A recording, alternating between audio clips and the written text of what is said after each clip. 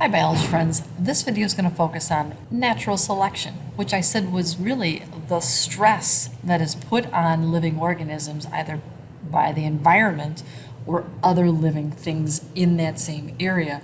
And so we're going to focus on what that might look like. To remind you, the 4 principles of evolution, that there are variations of traits that exist in any population. Those traits are passed on from parent to offspring, and that the organisms are probably going to produce more offspring than actually survive to adulthood, because, well, the more that you make, the more likely that somebody will grow up and reproduce, right? And then that reproductive success depends on those characteristics that are favored. And remember, we said those characteristics are what we call adaptations. And then collectively, all of this is going to say that that's what's going to contribute to the survival of the fittest. So, adaptations are going to be the characteristics that arise from interactions of organisms. Now, really what it is mutations happen that are going to allow these characteristics to appear, and then if those characteristics then survive, or at least allows the organism to survive, then it is going to then be passed on to the next generation. So let's talk about these agents of selection. Agents of selection, which would be those forms of stresses on organisms from the environment. Some of them are abiotic, remember that means non-living, and then you've got the living components.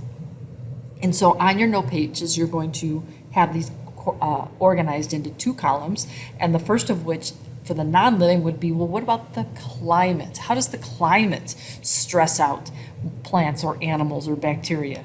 And then what about the availability of water as a non-living or abiotic component? And then what about, as far as plants are concerned, what's the concentration of the minerals in the soil?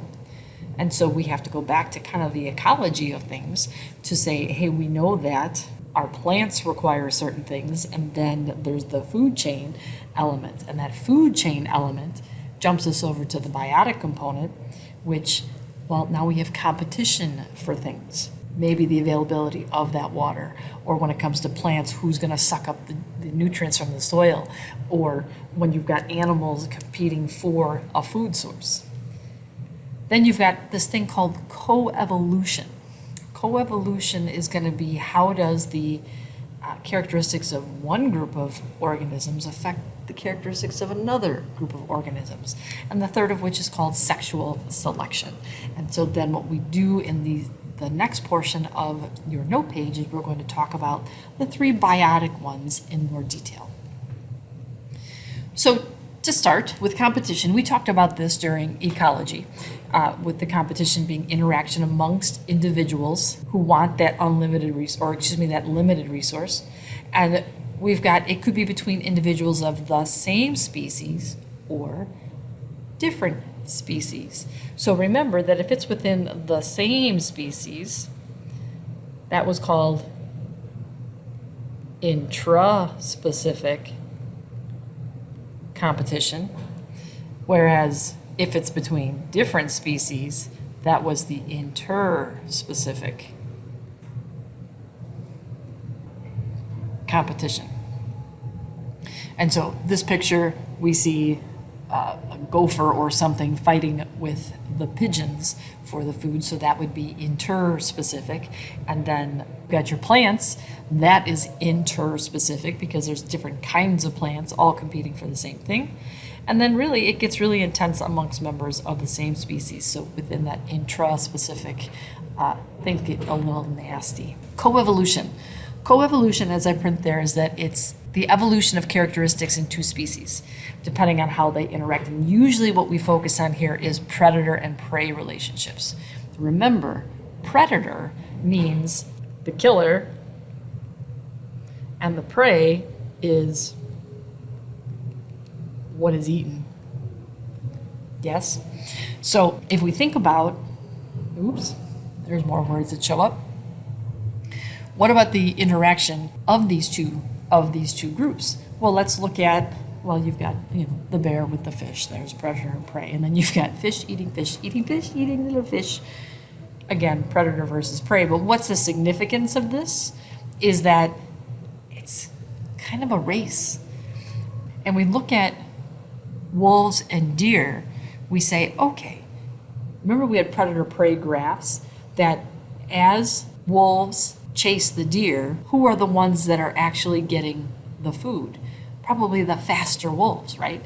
And then who are the deer that are probably getting eaten? Well, here it says careless, and I would argue the ones who are slower or more sickly or smaller.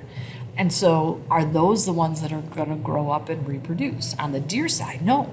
So which deer will grow up and reproduce? The faster ones. And so as a population, what we find are faster deer. Well, the flip side is also true. Which wolves are going to get the food? The faster ones. The ones who can't keep up or can't catch the deer are going to end up dying out before their genes can be passed on. So it looks as if our wolves get faster and our deer get faster because they're kind of influencing each other. Does that make sense? Okay. Another example is with a garter snake and a salamander. These salamanders in particular, or these newts rather, these newts have a very poisonous skin, which is deadly to us. But garter snakes have a spectrum of resistance levels to this poison. There are some that can eat the salamanders and not have anything happen to them. There are some, when they eat the salamanders, they become very slow and sluggish, and some just become completely paralyzed. Those that become paralyzed or slow and sluggish would be the snakes that would then ultimately be picked up by their own predators, wouldn't they? So then as a population of snakes, which ones grow up and reproduce? The ones who aren't as affected by the poison of their food source. Which newts are more successful? The ones that secrete a poison that is poisonous enough to keep them from being eaten. So you see that the interaction of organisms on each other are going to kind of affect which variations of a characteristic are going to be more successful and be then more commonly seen within the population itself. Now, finally, we have sexual selection. Now, sexual selection is really males showing off for the females. Let's get real. It's males are trying to get the females so that they can reproduce and have more offspring. And so what usually happens with this is that all of our males in the animal kingdom, except for humans, they are the ones that are more colorful to be noticed, or they've got the antlers to be noticed. You got that peacock that has that huge plume of feathers. Whereas is it the peahen? The peahen is the female version, and they're very boring. Why are they boring? Because they camouflage better in the nest. But when you're super noticeable, well, you're going to be noticed more, not only by your mates, but also by your predators. So that's not good. Then the other one is courtship behaviors, where, hey, let's fight over the female. Clock heads together. Seems weird. But the one who beats the other is the stronger of the two, which is going to be more attractive to the female because they're like, hey, them's a strong guy, and then I'll take him, and then our offspring will be stronger because they won. Then you've got the third one of where they're loud courting songs. Birds are noisy, they're chirping. Crickets are chirping. And they're very loud and very complex, trying to get the female to notice. Now, the problem with that, again, is the louder you are, the more noticeable you are to your predators. So you end up, maybe you'll get lucky enough to fertilize a female, or maybe you're going to be a midnight snack. That's it for this part. Thanks for watching, and I hope it was helpful and maybe even entertaining.